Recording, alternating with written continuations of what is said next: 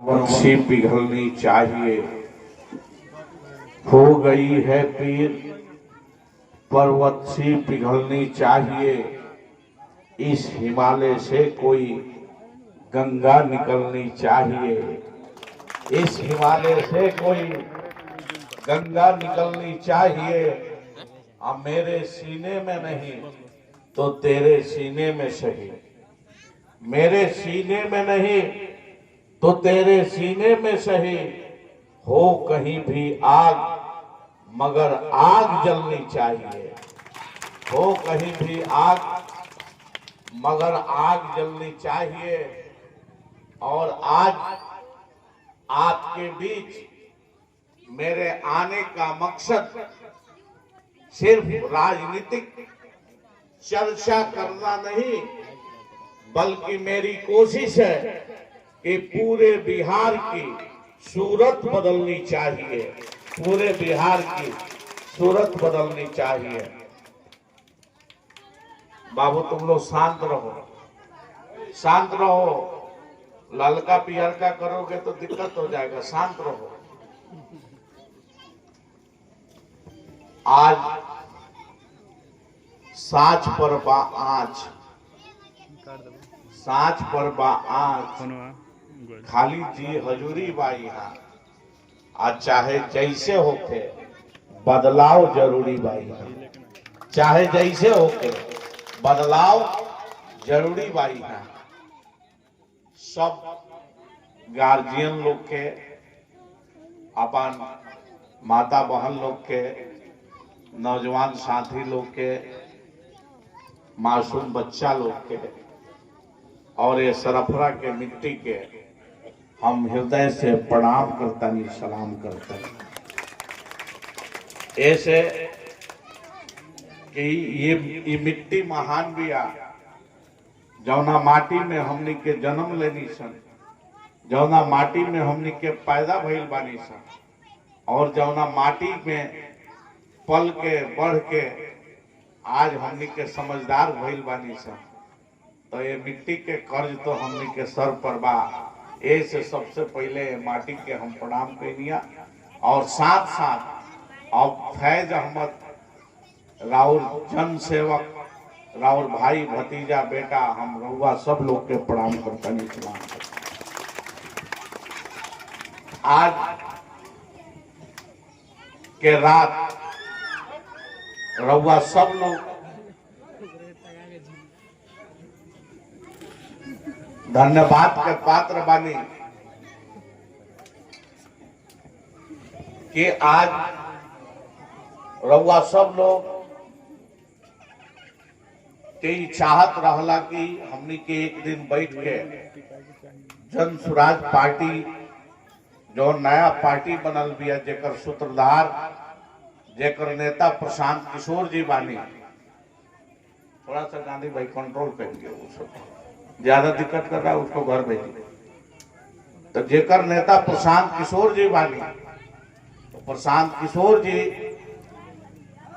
के कर नाम सबसे पहले जन स्वराज के बारे में बतावे से पहले प्रशांत किशोर जी के बारे में रउआ जाने के पड़े। तो प्रशांत किशोर जी जैसे डॉक्टर लोग इलाज करेला मरीज के, तो मरीज के इलाज करे खातिर फीस फाइन लेला। बिना फीस लेले के हुई इलाज ना करे। वही दिया प्रशांत किशोर जी माँ सरस्वती की कृपा से अपना पढ़ाई के दम पर, अपना बुद्धि विवेक से प्रशांत किशोर जी राजनीति के डॉक्टर, नेता बनावे के वहां के काम पहले करत। और नेता बनावे खातिर उनकर फीस रहला। ये देश में 2014 में मोदी जी प्रधानमंत्री बनने, तो मोदी जी के प्रधानमंत्री बनावे वाला भी प्रशांत किशोर जी। और भारत के लगभग 1 दर्जन प्रदेश में, 1 दर्जन राज्य में वहां के मुख्यमंत्री भी बनैले बानी। तो एगो प्रधानमंत्री या 1 दर्जन मुख्यमंत्री बनैले बानी। तो एकरा खातिर राजनीतिक डॉक्टर साहब के फीस जानता नहीं कितना रहा?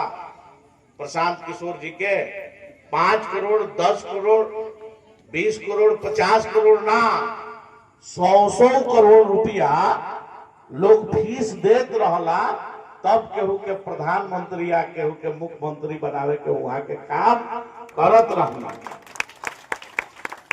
तो भाई मोदी जी के प्रधानमंत्री बना दे, 1 दर्जन प्रदेशन में वहां के मुख्यमंत्री बना देनी।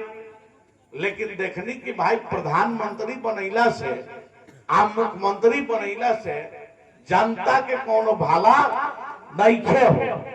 मोदी जी के प्रधानमंत्री बना देंगे, लेकिन सारा फैक्ट्री जो लागता, सारा उद्योग धंधा जो भी लागता, बिहार में नहीं के लागत, सब गुजरात में लागता। कहाँ लागता? गुजरात में लागता। अगर सच्चाई बात तो ताली मारी। यह ना फैक्ट्री तो लागते बा। अब देखिए गुजरात में बुलेट ट्रेन चलती है। कौन ट्रेन? Bullet train. जब मजदूर धोवे वाला ट्रेन दिया जाता बिहार के, कि जैसे मजदूर बैठ के गुजरात में जा कौन सी करे खातिर? तो मजदूरी करे खातिर। रउआ के बताई कि 1965 से पहले, बिफोर 1967, हमनी के बिहार के स्थिति ही ना रहे।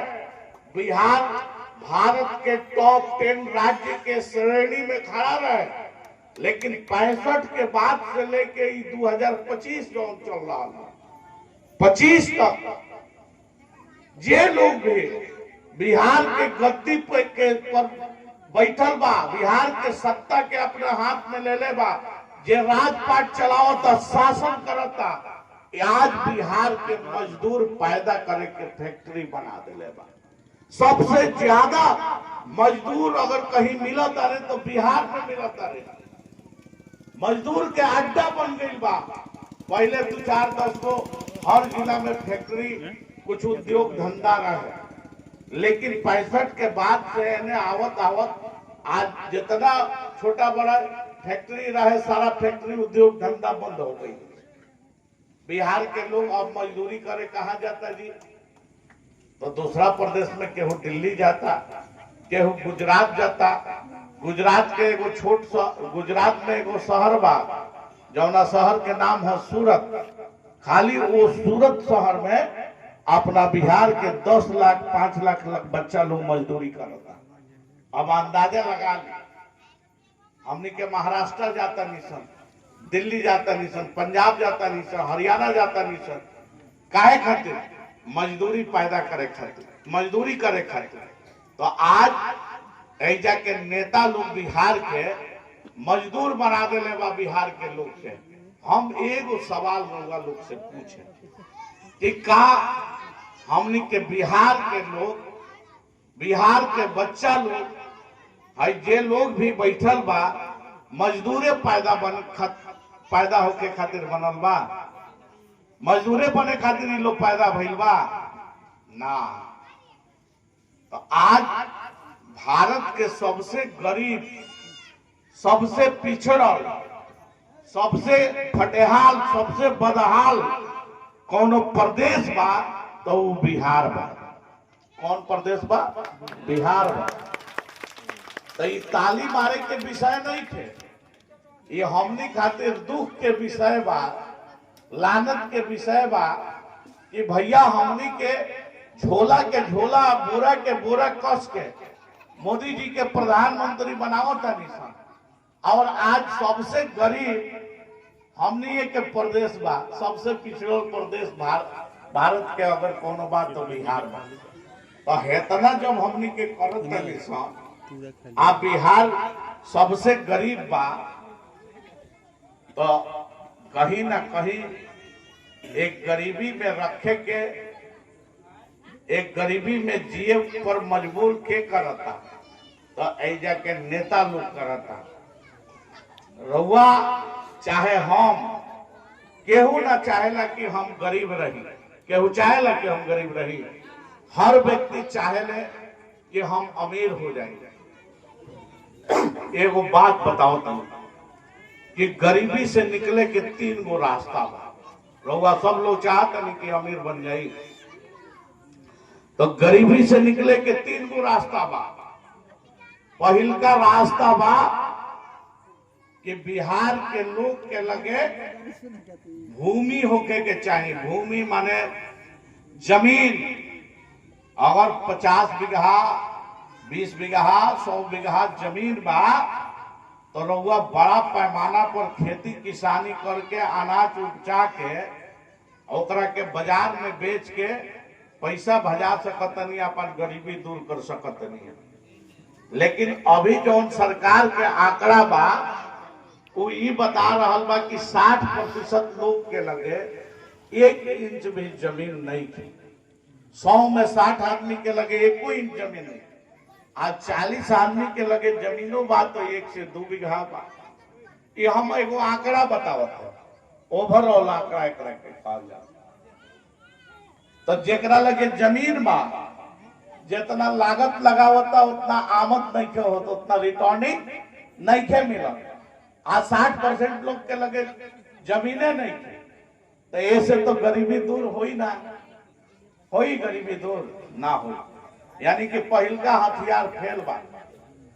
दूसर का गरीबी दूर करे के हथियार बा कि रउआ लगे पूंजी होके के चाहिए। पूंजी होके के चाहिए, पूंजी पूंजी माने पैसा होके के चाहिए। जितना लोग भी बैठल बा जा, कितना लोग बा जरा लगे 10 लाख 20 लाख 25 लाख 50 लाख 1 करोड़ रुपया पूंजी होके पैसा होके, भैया केहू के लगे नहीं थे। और सरकार भी रउआ के बैंक के माध्यम से, लोन के माध्यम से पूंजी नहीं के दिवावत। काहे नहीं के दिवावत? तो सरकार कहती है, बैंक कहता कि भैया गरीब आदमी लोन कहां से चुकाएंगे। आज जितना लोन मिलता ये देश के बड़ा बड़ा जितना पूंजीपति लोग बा, अंबानी साहब अडानी जी के सारा पैसा सारा लोन वहां लोग के मिलता, बड़ा बड़ा पूंजीपति लोग के। आज जरूरत पड़ला पर वो लोनवा माफ भी कर दिया था सरकार के तरफ से। लेकिन गरीब आदमी के 1 रुपया लोन देवे के, पूंजी देवे के काम सरकार नहीं के कर। तो हमनी के लगे भूमि हईले नहीं थे, जमीन हईले नहीं थे, आप पूंजी हईले नहीं थे, तो गरीबी कैसे दूर हुई? गरीबी में जीवन काटे के पड़ी कि ना। तो तीसरे का अंतिम हथियार बा जौना से गरीबी हमने के आबाद हमेशा खातिर दूर कर सकता नहीं सर। क्या कर सकता नहीं सर? तीसर का हथियार गांठ बांध ले लो, जौना हथियार के नाम बतावे जाता नहीं, हमेशा खातिर राहुल गरीबी दूर हो सकता। ओ हथियार के नाम हो शिक्षा, ओकर नाम हो पढ़ाई, ओकर नाम हो एजुकेशन। अब कहें कि बाप रे बाप, ये तो पढ़ाई तो चलता, हमार बच्चा तो डेली सरकारी स्कूल में जाता, हमार बच्चा मैट्रिक कर ले, इंटर कर ले, बीए कर ले, एमए भी केहू केहू कर ले, लेकिन हमार बचवा गरीबी हमार दूर ना कैल, अपनो दूर ना कैल। का पता चलता? बैठिए ना भैया, दूसरे किसी को दे दीजिए वो काम।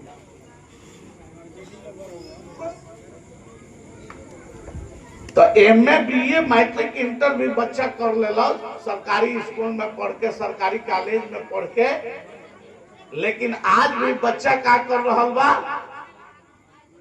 मजदूरी करता, पेंटिंग के काम करता, मेसन के काम करता, दूसरा प्रदेश में जाके बच्चा, हमने के बच्चा लोग मजदूरी करता। तो भाई हम तो कहते नहीं कि शिक्षा राहुल गरीबी दूर कर दे, ये कैसे हो सकता? तो देखिए बाबा साहेब अम्बेडकर जी कहले रहे कि शिक्षा वह शेरनी का दूध है जो पिएगा वो दहाड़ेगा। क्या कहले रहे? शिक्षा वो शेरनी का दूध है जो पिएगा वो दहाड़ेगा। तो आज जौन शिक्षा हमनी के बच्चा के सरकारी विद्यालय में मिलता, वो असली शिक्षा नहीं के मिलत, नकली शिक्षा मिलता। खराब मत मानन सब। आज कुछ टीचर लोग जो पढ़ावे वाला भी बा, जे चाहता कि ना हमनी के सरकारी स्कूल के टीचर बानी बच्चा के बढ़िया से पढ़ा दी तो सरकार 100 तरह के काम लेती है। ए बाबू, ए बाबू, बाबू, ए बाबू, तहनी के हाथ हम पैर पकड़ लेता, चुप हो जाता भैया, हम पैर हाथ जोड़ो तनी, चुप हो जाओ, तू बात सुनो लो हम, ना तो हम बात कर ना पाए, हम है माहौल में है वातावरण।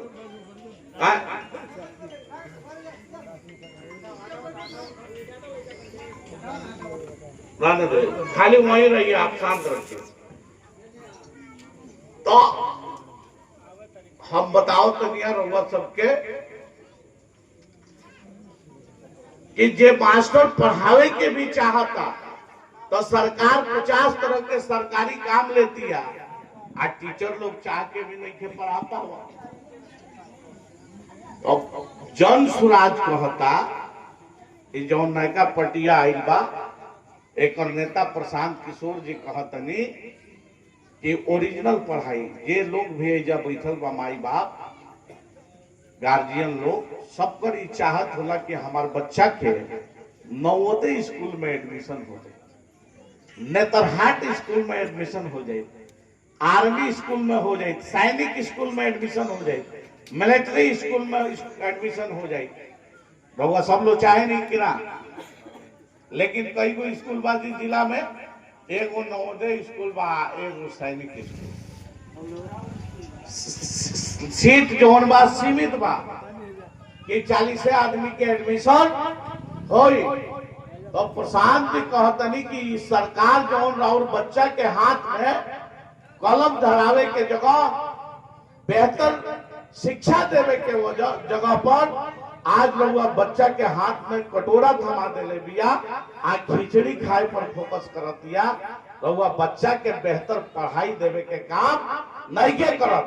केहू दिया और बच्चा नाम खातिर पढ़ लेता रहे, मैट्रिक कर ले, इंटर कर ले, बीए कर ले, एमए कर ले, आ पता चलता कि मजदूरी करता रहे। यानी कि राहुल बच्चा के ओरिजिनल पढ़ाई, क्वालिटी एजुकेशन, गुणवत्तापूर्ण शिक्षा नहीं के मिला। प्रशांत किशोर जी कहतनी कि अगर जन सुराज पार्टी के सरकार बना दिया, राउर ईवीएम के बटन दबैला पर, स्कूल के वास्ता छाप पर अगर वोट रहुआ देता नहीं तो सबसे पहला कोनो काम होई तो राउर बच्चा लोग जितना लोग बैठल बा यहाँ के बेहतर पढ़ाई के व्यवस्था खातिर सैनिक स्कूल, नेतरहाट तर्ज के स्कूल बरौली प्रखंड में खोलल जाए और राहुल बच्चा एजा बस से बरौली पढ़े जाइए, आ फिर बस से एजा आइए, ओकर 1 रुपया फीस फाइन ना लगे। और बताई कि जब राहुल बच्चा के नेतरहाट तर्ज है, बीबीसी स्कूल के डायरेक्टर बोलता ने फैज सुन ले, नेतरहाट तर्ज के स्कूल बीबीसी नहीं के, वर्ल्ड क्लास के स्कूल बीबीसी ना हो, इंग्लिश मीडियम स्कूल हो, वर्ल्ड क्लास के शिक्षा देवे के हमनी के प्रयास करता नहीं।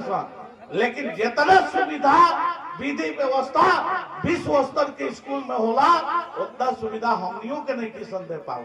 आप समझे कि जब वो तरह के विद्यालय, विश्व स्तर के वर्ल्ड क्लास के शिक्षालय स्कूल विद्यालय खुल जाए और राहुल बच्चा वो तरह के विद्यालय में पढ़े जाइए, तो दुनिया के कोनो ताकत भी आ जो राहुल बच्चा के डॉक्टर बने से, इंजीनियर बने से, वैज्ञानिक बने से, लाट साहब बने से, आईएएस बने से, आईपीएस बने से, डीएमएसपी बने से, जज बने से, वकील बने से रोक पाओ?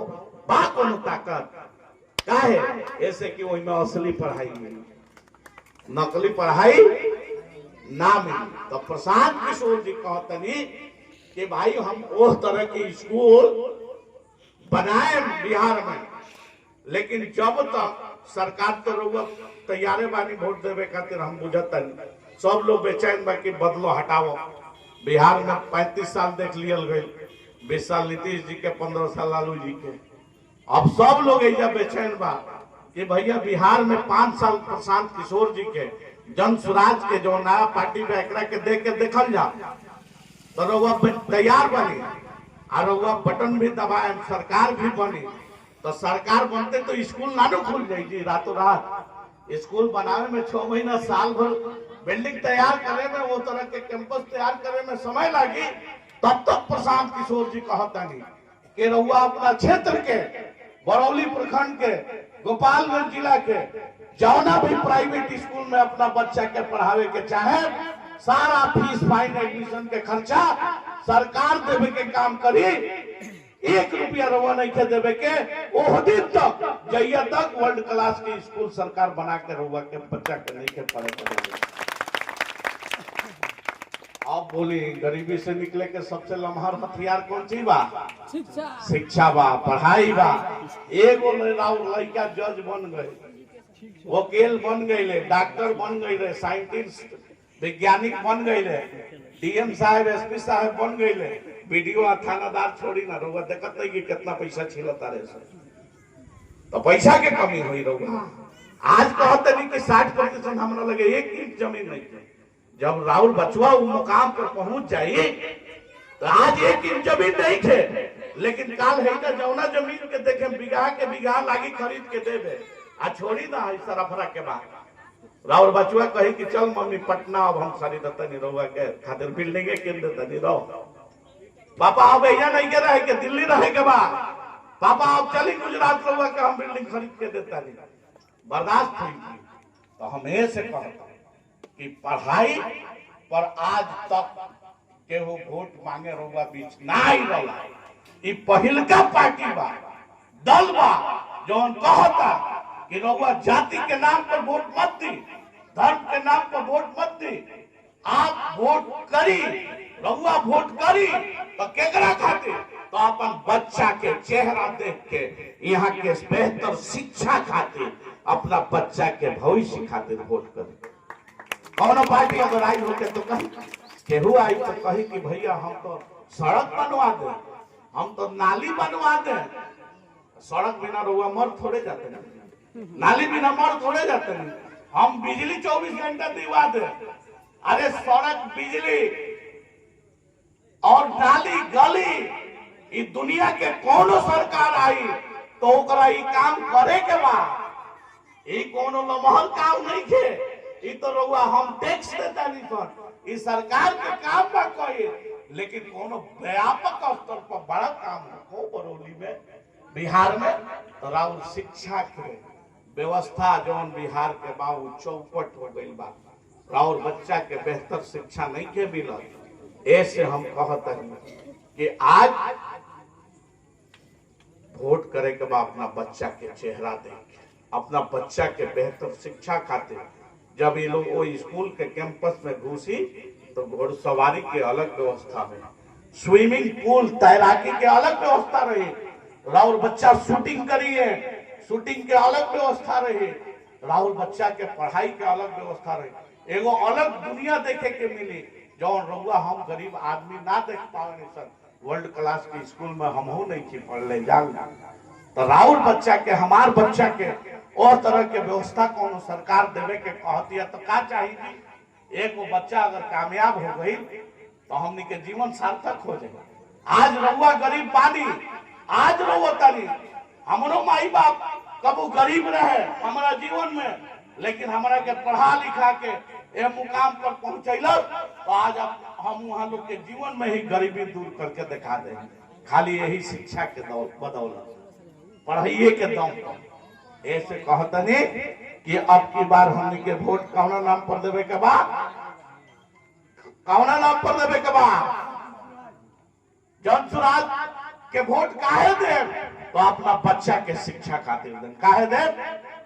और देखी दूसर का बात ही बा कि आज हमनी के नौजवान बच्चा लोग जे है जे खड़ा बा, बैठल बा, आज अपन बुजुर्ग मावी बाप के छोड़ के, माता पिता के छोड़ के, अपना बीवी बच्चा के छोड़ के, अपना गांव जवार के छोड़ के, अपन एगो दुनिया छोड़ के कहा जाता कमाए खातिर?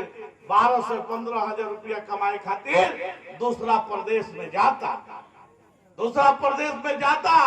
दूसरा प्रदेश के लोग हमनी के बच्चन के बिहारी कह के गाली देता, हमनी के लोग के दुत्कारल जाता, हैजा हमनी के चुनाव आवता तो नशा नेता लोग लिया के इंजेक्शन कस देता कि अब की बार हिंदू मुसलमान के नाम पर वोट देवे के, अब की बार बैकवर्ड फॉरवर्ड, अब की बार जाति धर्म के नाम पर वोट करे के बाद।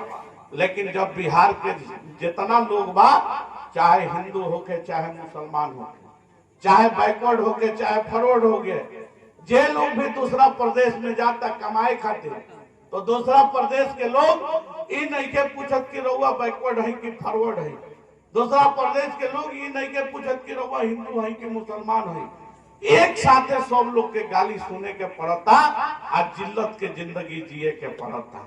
हम रउआ सबके कहे के चाहतनी कि आज हमनी के बच्चा लोग दूसरा प्रदेश में जाके अपन जवानी खटावता, 12 से 15 हजार रुपया कमाए खातिर, और गाली सुने के काम करता, लात जूता खाए के काम करता।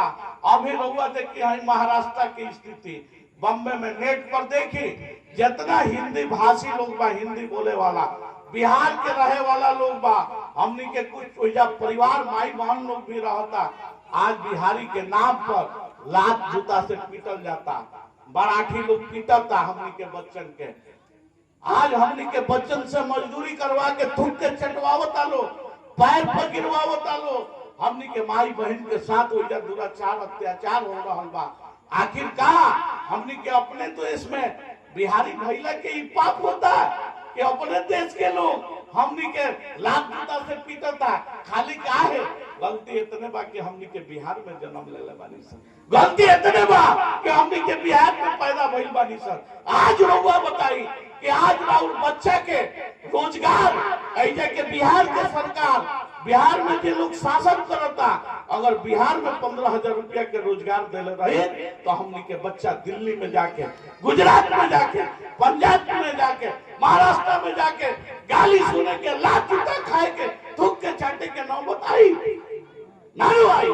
तो आज नौबत के लिए आई बा तो ऐजा के नेता लोग ले आइल बा। ऐजा के नेता लोग हमनी के बच्चा के मजदूर बना देले बा। हमनी के बिहार के लोग मजदूरी करे खातिर पैदा भइल बानी सरकार। आज बेहतर शिक्षा मिल रही तो हमनी के नौजवान मजदूर ना रहते। आज बेहतर पढ़ाई मिल रही तो हमनी के नौजवान दूसरा प्रदेश में जाके लात जूता ना खरीदे। आज दूसरा प्रदेश के लोग आके इजा नौकरी करे। रउआ लोग देखले हो के जन स्वराज के जे सूत्रधार बा प्रशांत किशोर जी, एजा एगो लड़का बा आंध्रा के, जौना के नाम है रामकृष्ण रेड्डी, आइल बा, ओकरा के नौकरी देले बा तो बिहार के प्रशांत किशोर देले बा। के देले बा? प्रशांत किशोर। तो एगो व्यक्ति जे पढ़ लेले बा तो दूसरा प्रदेश के लोग आके बिहार में ओकरा सिस्टम में आके नौकरी लेता, पैसा कमाता। तो रउआ बताई उहे व्यक्ति कहता कि बिहार में अगर रउआ बदलाव चाहता नहीं, आज जन स्वराज के स्कूल के वास्ता छाप पर अगर बटन दबावता नहीं तो शिक्षा के साथ साथ पहिल का अगर कोनो काम होई, राउर बच्चा के शिक्षा के साथ साथ तो वो ये काम हुई कि 12 से 15 हजार रुपया कमाए खातिर अब बिहार के लोग के मजबूरी में दूसरा प्रदेश में जाके गाली सुने के नौबत ना आई। यही सरफरा पंचायत स्तर पर 12 से 15 हजार के रोजगार पैदा करके जन स्वराज पार्टी, जन स्वराज सरकार राउर समाज के रोजगार देवे के काम करे। रउआ लोग तैयार बानी?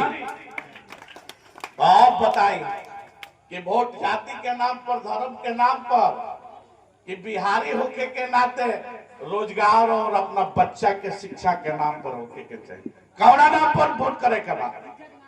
शिक्षा के नाम पर, रोजगार के नाम पर गांठ बांधी लो। कौनो नेता आओ, कौनो बात समझाओ, नहीं के समझे के। बाहर हमनी के लोग जाता, ओया जाति धर्म पूछ के लोग नहीं के पीटा, बिहारी पूछ के। आ हमनी के बिहारी पागल, हमनी के जमीन मर गई बा, हमनी के जमीन मुर्दा हो गई बा। जरूरत है इस बात के बाद कि अपन मरल जमीन के जिंदा कइल जाओ, अपन बिहारी होके के फर्ज अदा कइल जाओ, अपना बिहारीपन के जगह हो जाओ। और अब की बार हिंदू मुसलमान बैकवर्ड फॉरवर्ड बन के ना, बिहारी बन के जनता के सुंदर राज स्थापित करे खातिर जन स्वराज के साथ खड़ा बन जाए। ऐजा जितना लोग बैठल बा, सामाजिक सुरक्षा पेंशन पहले 400 रुपया मिलत रहा, लेकिन अब सामाजिक सुरक्षा पेंशन प्रशांत किशोर जी के दबाव बनैला से आ गईला से बिहार में कितना पैसा मिलता है? 1100 रुपया। 1100 मिलता ना पेंशन, वृद्धा पेंशन, विधवा पेंशन, विकलांग पेंशन। लेकिन यही दिसंबर से बटन दबाए, यही में सब ताकत बा। स्कूल के बैग छाप देखे, वही पर बटन दबाए तो सामाजिक सुरक्षा योजना के तहत रहुआ 1100 रुपया ना 2000 रुपया पेंशन मिले लगी। यही दिसंबर से 3 महीना बाद, 4 महीना बाद। ताली मारी, फायदा के बाद रहे से ताली मारी। 3 गो काम हो गए। किस राउर घर के सामान दूसरा प्रदेश में ना जाइए, लात जूता खा।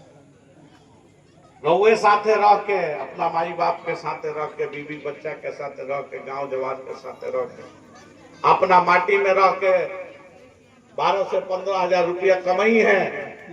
जिल्लत के जिंदगी ना, इज्जत के जिंदगी के जी के रहुआ साथे रही है। दूसर का काम, विश्व स्तर के स्कूल खुल जाए राउर बच्चा के। जब तक नहीं खे खुलत तब तक राउर बच्चा प्राइवेट स्कूल में पढ़ी है, सरकार पैसा। तीसर का काम की 2000 पेंशन मिले लगी। चौथा है जितना हमार माई लोग बैठल बा, बहन लोग बैठल बा, जितना महिला लोग बा, महिला सशक्तिकरण के मजबूत करे खातिर महिला लोग भी कुछ करे के चाहता। घर में बैठ के सिलाई के काम, बिनाई के काम, कोनो भी, तो सरकार अपना गारंटी पर गारंटी कार्ड भी ऐजा बनल बा लोग के, परिवार लाभ कार्ड। जेकर ना बनल हुई बताए मुकरो हम बनवा दे। तो वो परिवार लाभ कार्ड के आधार पर हुआ 5 लाख रुपया सालाना मात्र 4% ब्याज दर पर महिला लोग के लोन मिली। सरकार 100% एक गारंटी देती है। यही से सरकार बने से पहले रहुआ के गारंटी कार्ड दिया जाता, यानी 1 लाख रुपया के 1 साल में मात्र 4000 रुपया ही लोन देवे के, ब्याज देवे के पड़ी। बात समझ गई नीनू? तो ये आज तक कोनो सरकार महिला लोग के बेनिफिट ना देवे रहा। जे लोग भी नगदी फसल उपजावता, जौना के बाजार में ले जाके रहुआ बेचता, नहीं नगदी फसल उपजावे खातिर जेकरा लगे 1 बीघा, 2 बीघा, 4 बीघा, 5 बीघा जमीन बा, खेती किसानी से रहुआ भागत नहीं। लेकिन सरकार कहती है कि ना रहुआ करे, नदी के किनारे भी जौन जमीन बा रहुआ कई तरह के नगदी फसल उपजा सकता नहीं, सब्जी के खेती कर सकता नहीं, कई तरह के हमने के नगदी फसल उपजा सकता नहीं। तो इसमें जितना मजदूर लगी हैं वो सब के मजदूर सरकार देवे के काम करी। तो ये राहुल डायरेक्ट बचत हुई, ऐसे खेती किसानी में राहुल लॉस ना हो। तो यही से जन स्वराज कहता कि जन स्वराज आई तो ये 5 गो काम हो जाए। तो अब के बाद रउआ बीच हम आइल बानी, हो सकता चुनाव के समय बा 200 से ज्यादा गांव में हमरा जाए के बा, रउआ बीच ना आ पाई, लेकिन इतना जानी कि बरौली पावर हाउस के सामने, बिजली ऑफिस के सामने बीबीसी स्कूल बा, उहे हमार घर बा, उहे द्वार बा, ओही जियल बा, मुअल बा। जब भी केहू के जरूरत होके तो सोचला के संकोच भइला के जरूरत नहीं के। कौनो दुख होके सुख होके आ जाए के बाद, चाहे फोन कर देवे के बाद, करवा देवे के बाद। कई लोग के घर में हमार नंबर पहले से भी बा। अविनाश बाबा बैठल बानी, यहाँ के मुखिया जी बानी, तमाम लोग बा, कई लोग के खबर करे के बाद। लेकिन अब की बार सब लोग ठान ले कि हमनी के वोट बिहार बदलाव खातिर करे के बाद, अपना बच्चा के शिक्षा खातिर, अपना बच्चा के रोजगार खातिर। आ एमे ई जान ली कि केहू के छोड़े के काम नहीं क्यों, एमे हमनी के सब लोग के जोड़ के चलता। प्रशांत किशोर जी के ही का नाम बा कि पूरा बिहार के विकास होके के चाहिए। आप विकास से केहू वंचित ना रह जाए। तो परिवार लाभ कार्ड कितना लोग बनवा ले बा, हाथ उठाए। जेकरा लगे परिवार लाभ कार्ड बन गई बा, हाथ उठाए। अरे उठाई ना, हम देख ली कितना लोग बनवाइले बा। बहुत अच्छा, हाथ नीचे करे। अब जे नहीं के बनवैले वो उठाई। तो रउआ लोग चाहत नहीं कि परिवार लाभ कार्ड बन जाओ राउरो, बहुत अच्छा। एक दिन और कैंप एक गांव में यही जल लागे के चाहिए, बीच सेंटर में परिवार लाभ कार्ड ऐसे बनावल जाता कि वो राउर पहचान हो गए। आजकल जैसे सरकार बनी तो सबसे पहल का वो नौकरी के, वो बच्चा के पढ़ाई के 5 लाख रुपया लोन के अधिकारी हकदार के हुई तो जेकरा लगे कार्ड हुई पहले फर्स्ट प्रायोरिटी प्राथमिकता ओकरे के दिहल जाए। ऐसे कार्ड सबे बनवा ले, काल कार्ड से केहू वंचित ना रहे। 2 महीना तक अभी कैंप लगा के पूरा बिहार में बनी, ऐसे ओकरा के छोड़ला के जरूरत नहीं थे। आ रहुआ अगर मान ली कि गांव जवार में बा, हो सकता कि हमारा यहाँ से नहीं के पटल या यहाँ के हमारा से नहीं के पटल, तो कौन जिम्मेवारी हम गलती से यहाँ के दे देनी तो ये नहीं के सोचे कि ना भाई हम यहाँ के दरवाजा पर कैसे जाए।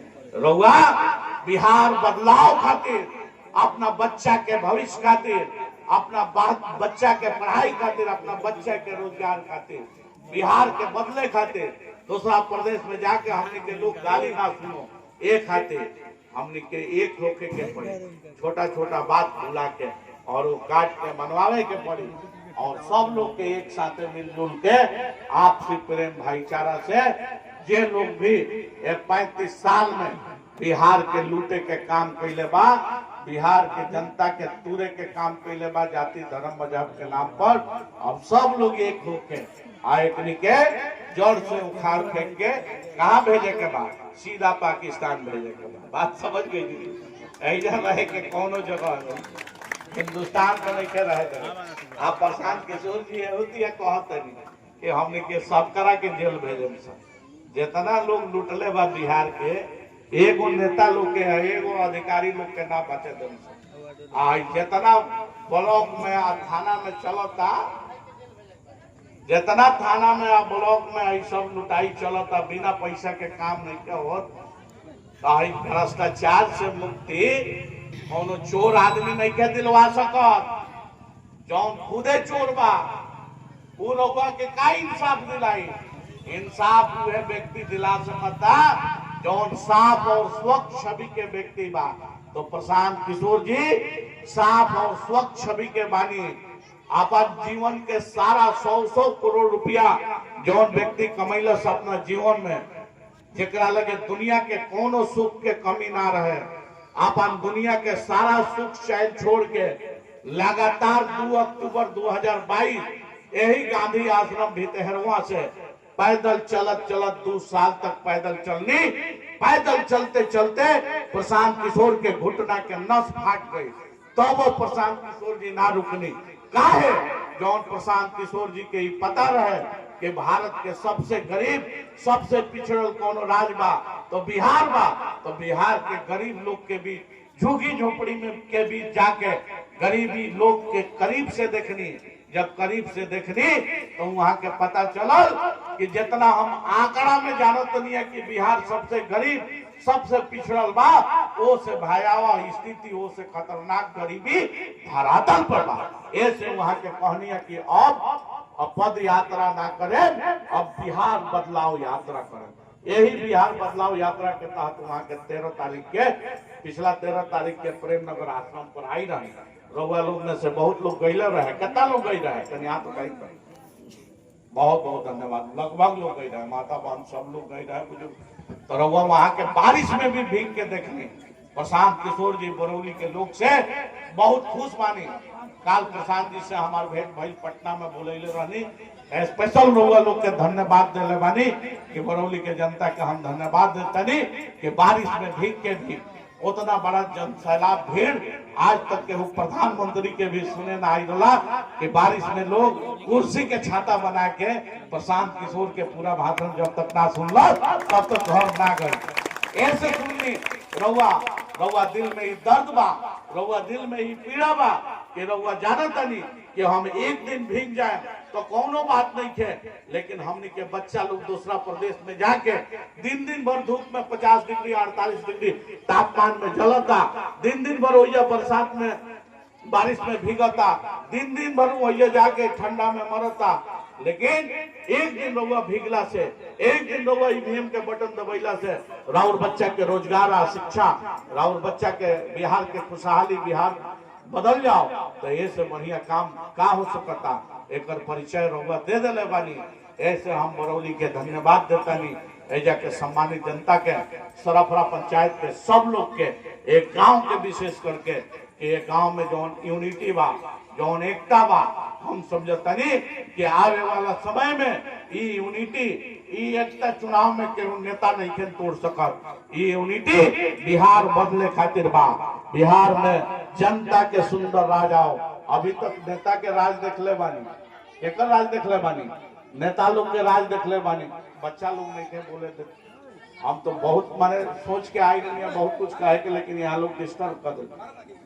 बहुत जगह गांव में हम जानी बच्चा लोग, लेकिन बा इतना डिस्टर्बेंस ना करे, सामने वहाँ लोग बैठेला चुपचाप सुनी, लेकिन बाबू तुम लोग बहुत डिस्टर्ब किए हो गया हाँ तो सुनी लो। तो जनता के सुंदर राज मतलब राउर राज आएगा। तो अब हम रउआ लोग से एगो बात पूछे कि जौन व्यक्ति अपना दुनिया के सारा सुख चैन छोड़ देले, अपन हार मांस गला के, खून पसीना बहा के, लगातार 2 साल तक पैदल चल ले, 1 साल से बिहार बदलाव यात्रा के तहत गाड़ी से वहां के चलत नहीं कि बिहार बदले के चाहिए, 3 साल हो गए प्रयास के करत, अपन हार मांस गला के, खून पसीना बहा के, अपन जीवन भर के कमाई पानी खानी बहावत अरे प्रशांत किशोर जी, खाली ऐसे कि बस बिहार हमारा जैसा आदमी अगर बिहार बदले के प्रयास ना करी तो फिर आने वाला 100 साल में ये बिहार के मिट्टी में कोनो माई के लाल पैदा ना हुई जे अपन हार मास गला के, अपन खून पसीना बहा के, अपन पूरा जीवन के कमाई पानी कहानी बहा के ये प्रयास करिए कि बिहार के गरीब बच्चा के शिक्षा मिल जाओ,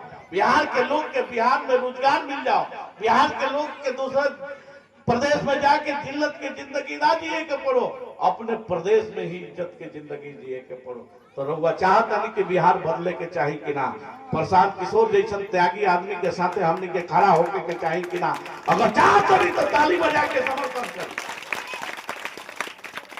सबे चाहता कि ना, तो रउआ चाहता नहीं तो दोनों हाथ उठाई।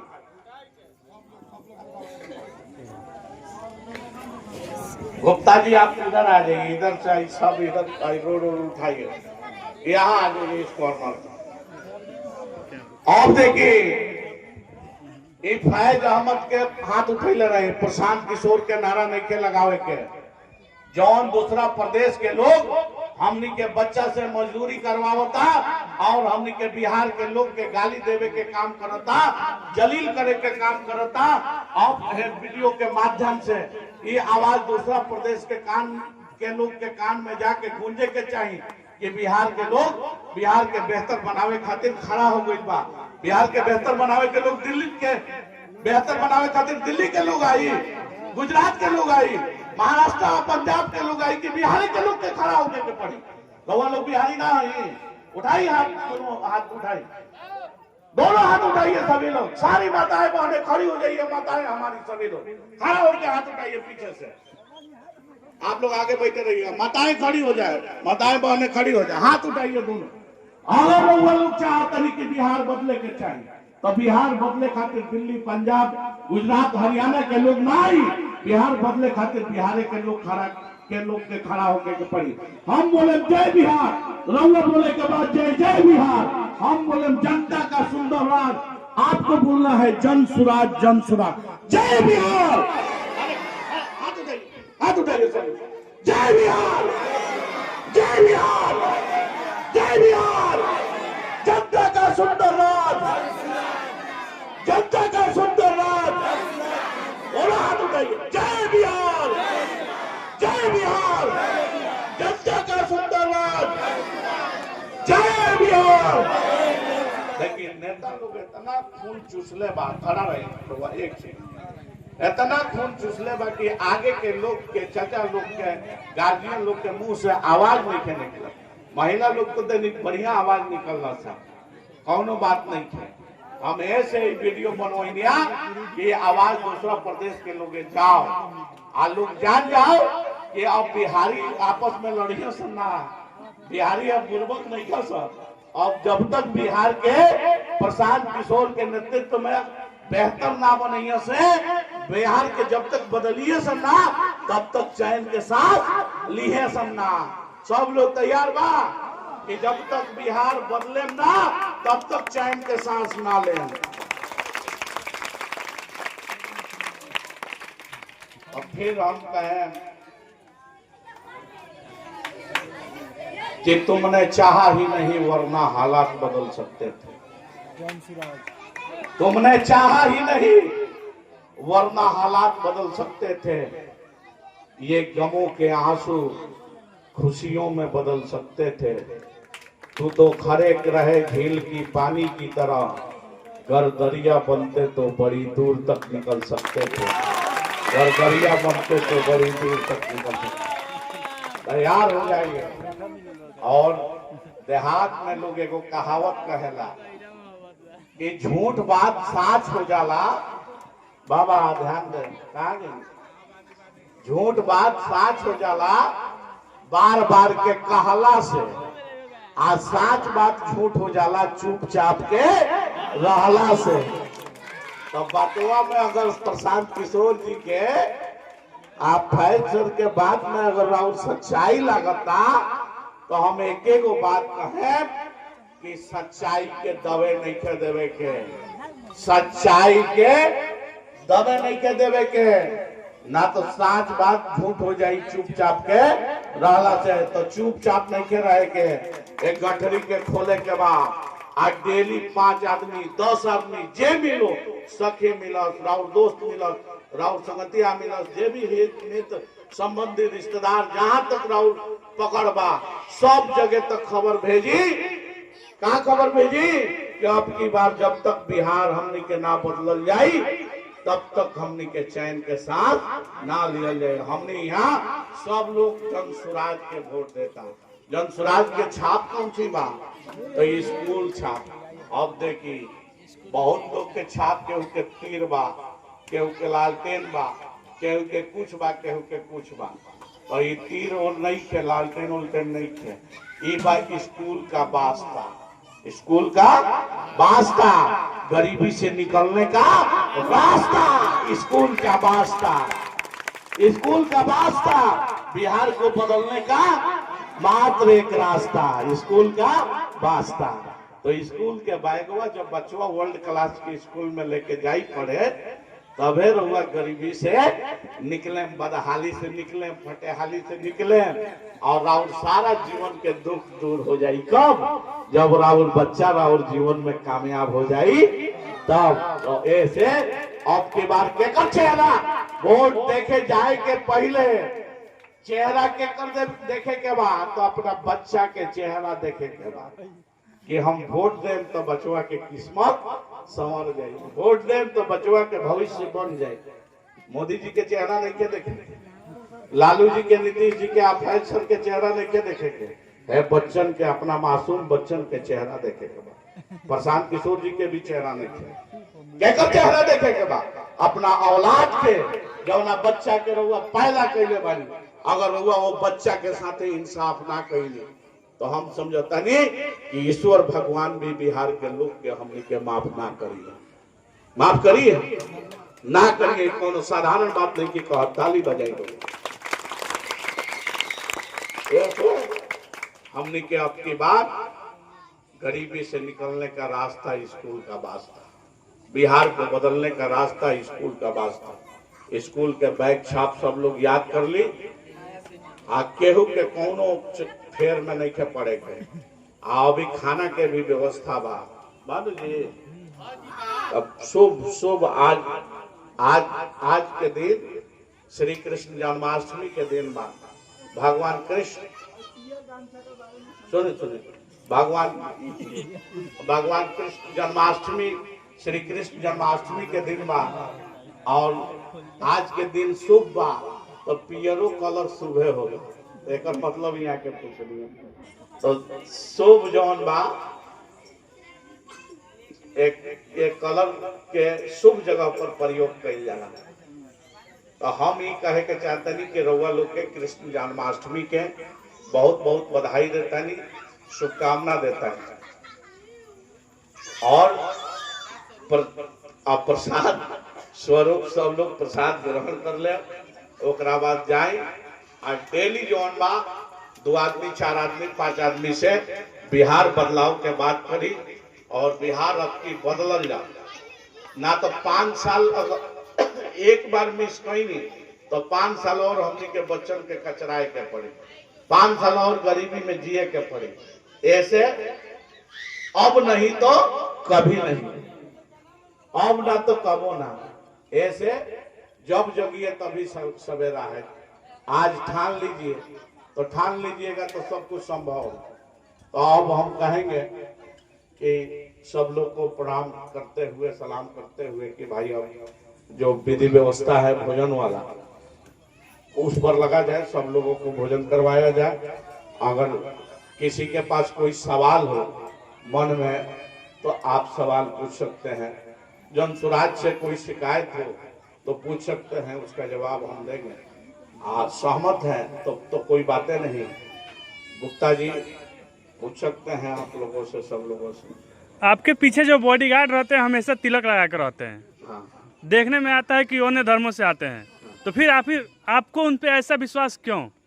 विश्वास देखिए, इस दुनिया में जैसे सनातन धर्म का मानना, सनातन धर्म के लोगों का कहना कि इस सृष्टि का निर्माण मनु और शत्रुपा से हुआ, उसी को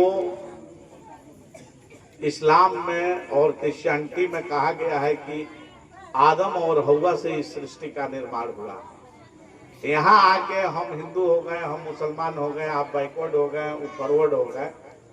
ये तो यहाँ तमाम विडंबना इंसानों ने अपना अलग अलग बनाया है, लेकिन कहीं ना कहीं इंसान पैदा होता है तो किसी न किसी माँ के पेट से ही पैदा होता है। तो 2 ही माँ के, एक ही माँ के पेट के जन्मे हुए इस सृष्टि के सारे लोग हैं। यहाँ हम किसी धर्म में पैदा हो गए तो उस धर्म के नाम से जाने जा रहे हैं। तो हम किसी को धर्म के चश्मे से नहीं देखते हैं। यहाँ जितने लोग बैठे हैं हम अपना भाई के, अपना गार्जियन के इंसानी चश्मे से देखते हैं, इंसान के नजरिए से देखते हैं।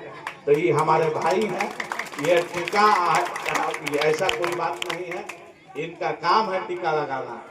हमको भी तो टीका लोग लगाता है, लाता है, लगाता है, तो हम सहज रूप से मोहब्बत से प्यार से लगवा लेते हैं। दूसरा सवाल ये रहेगा कि आपका जो विद्यालय है, आपका जो स्कूल है, उसमें क्या फ्री में बच्चे पढ़ते हैं जो असहाय हों? बहुत बढ़िया सवाल किए। आज नहीं 20 साल पहले से बाबूदीन सर यहाँ हैं, बच्चों को ये भी पढ़ाते हैं, इसलिए हम उनको नोटिस किए। इंग्लिश स्पोकन भी किए हैं और भी यहाँ बहुत लोग पढ़े होंगे। आप पूछिए उनसे कि वैसे बच्चे जिनके पास फीस फाइन नहीं है, स्पोकन तो हम पढ़ाई किए हैं स्कूल के पहले आप चलो, जब हम कोचिंग इंग्लिश स्पोकन कराते तो उसमें तो मुफ्त में पढ़ाई करते थे। जिसके पास कॉपी नहीं था, कलम नहीं था, उसको कॉपी कलम भी देते थे।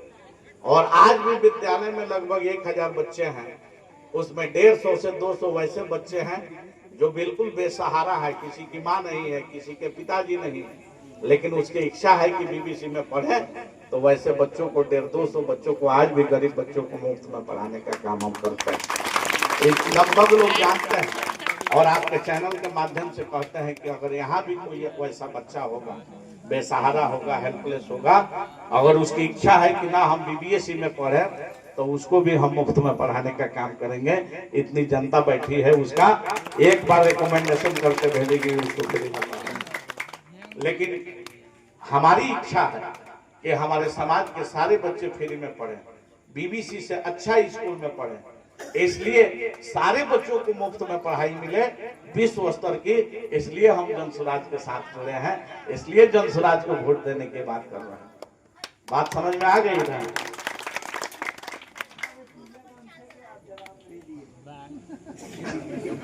अरे शुभ कलर है भाई, विष्णु जी का कलर है। अब क्या बताएं, अब बताओ ना भैया। भगवान विष्णु जी का कलर है।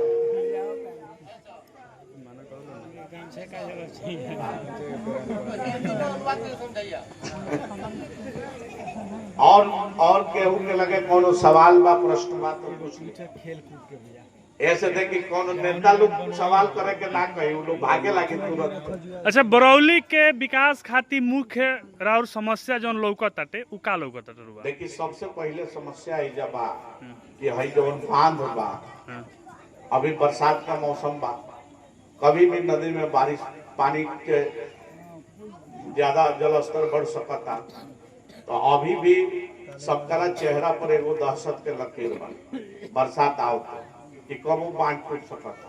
तो सबसे पहला हमार प्राथमिकता ये रही कि ये बांध के इतना लोहा टन खानी पक्कीकरण करा दिया कि आवे वाला 100 साल में फिर बांध कबो ना टूटो और अपना यहाँ के लोग के बाढ़ के समस्या से, बाढ़ से त्रस्त होके ना जूझे के पड़े।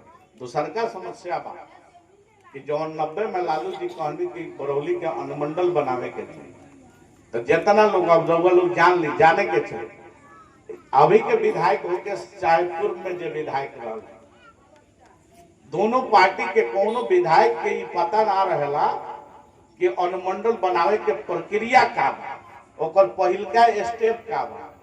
तो आज तक तो ये लोग जनता के मूर्खे बना के बाकी हम अनुमंडल बना दे, जब चुनाई अब आइलो तो कही अरे अब तो सब हो गई बा, अबे हो जाए। आप पता नहीं कि एक स्टार्टिंग कहाँ से हो, एक शुरुआत कहाँ से।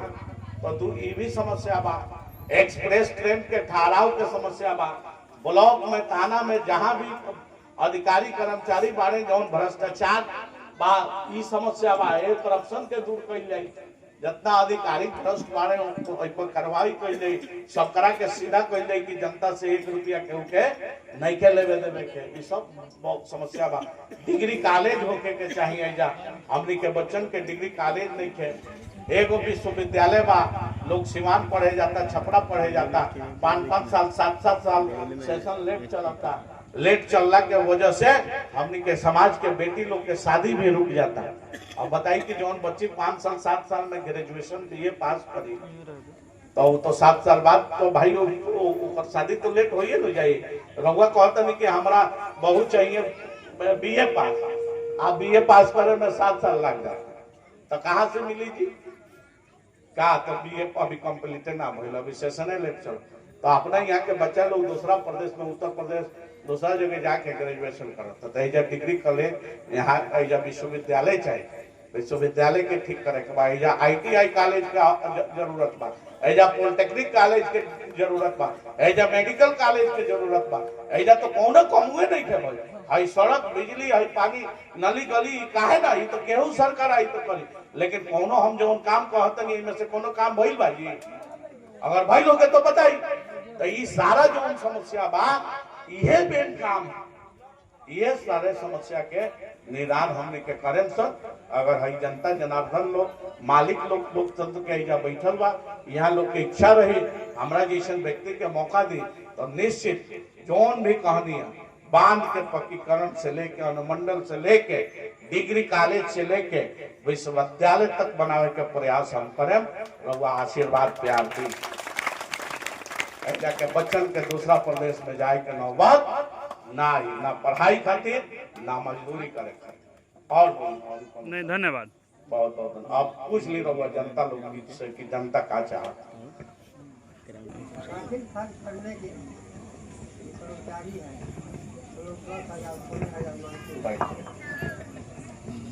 यहाँ के सवाल बाकी दाखिल खारिज करे खातिर आइजा के कर्मचारी 10,000, 15,000, 20,000 रुपया मांगता है।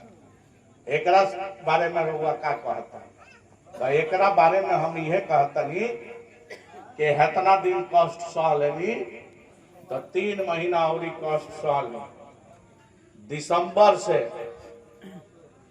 रउआ जन स्वराज के सरकार बना दे। हम विधायक बने चाहे ना, ई जान ली।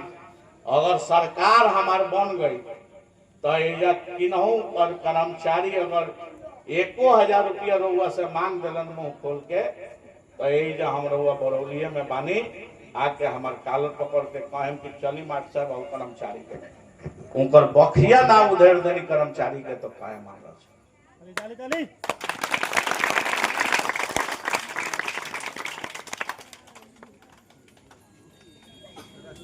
आज तक कोनो नेता रुआ बिचाई दिले हैं जनता दरबार हैतिया लगावे के जनता के दुख सुख सुने।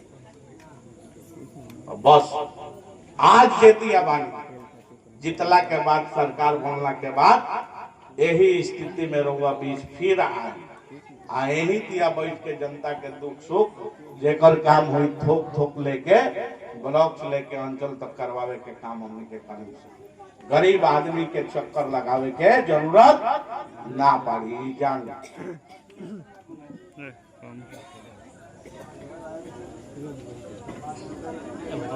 और बोली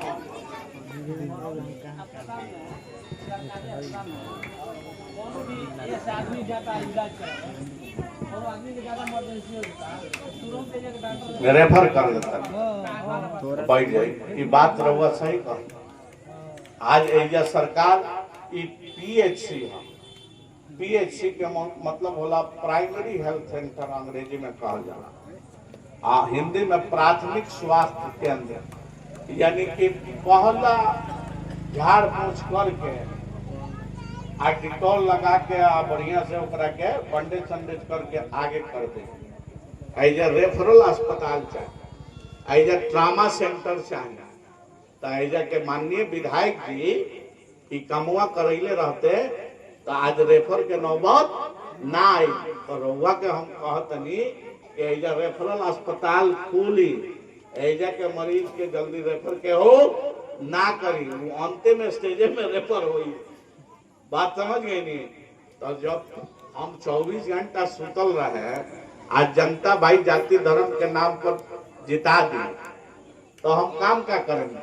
नेता के अंदर से डर खत्म हो जाता। एक आदमी 20 साल से बैठल बा, आ लोकतंत्र में 5 साल के समय होला। कोनो भी सरकार के आ कोनो भी विधायक 5 साल में रहे जी, 5 साल बाद तो चुनाव होला। तो हमने के एक आदमी के जब लगातार जिताएम सा, तो नेता के अंदर से डर खत्म हो जाए। आज जब डर खत्म हो जाए तो जनता के काम ना करी, तो सोचते कि यही थी जनता हमारे गुलाम भी है, जिता देती है। ऐसे जनता अगर चाहती है कि हमारे काम हो तो जनता डर भी पैदा करो नेता लोग के हरा के। अगर हरा के डर पैदा ना करे तो राहुल काम नेता लोग कबू ना करिए। से हरावे के सीखी, हरावे के सीखी। अब कहें कि फैज बाबू हरावल के दिया जाओ, माने हरा के जितावल के करा के जाओ। एगो तो नागनाथ बा, एगो सांपनाथ बा। हेने बानी तबो डसाता नहीं, आज होने बा वो डसाता। कुछ तीसरा लौकत ना रहला। तो अब तो बहाना नहीं खेलू जी, अब तो तीसरका आ गई बा सामने। अब तीसरका आ गई बा, तो अब बहाना नहीं के, तो अब हरा के दिखाई।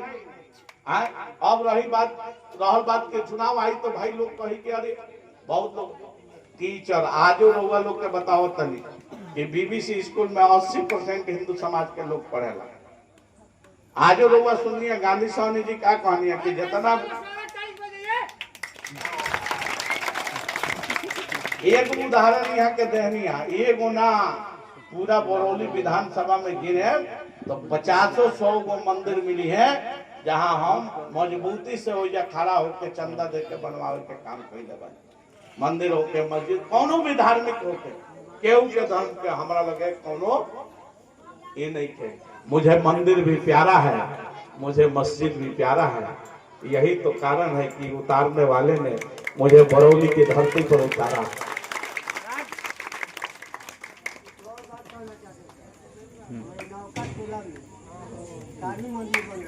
हाँ, तो आप बैठ जाइए। समाज के हित शुरू होता है, तो मान लीजिए काम हो रहा है तो हम भी समाज के अंग हैं, आपके नेता हैं, हमसे भी यथाशक्ति तथा भक्ति हम भी आपके साथ खड़ा रहेंगे।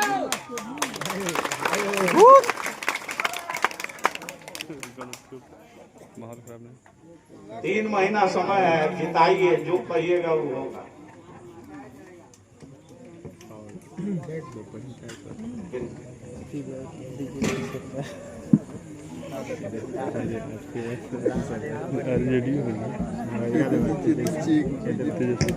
रामेंद्र पांडे जी से निवेदन है कि आप आइए।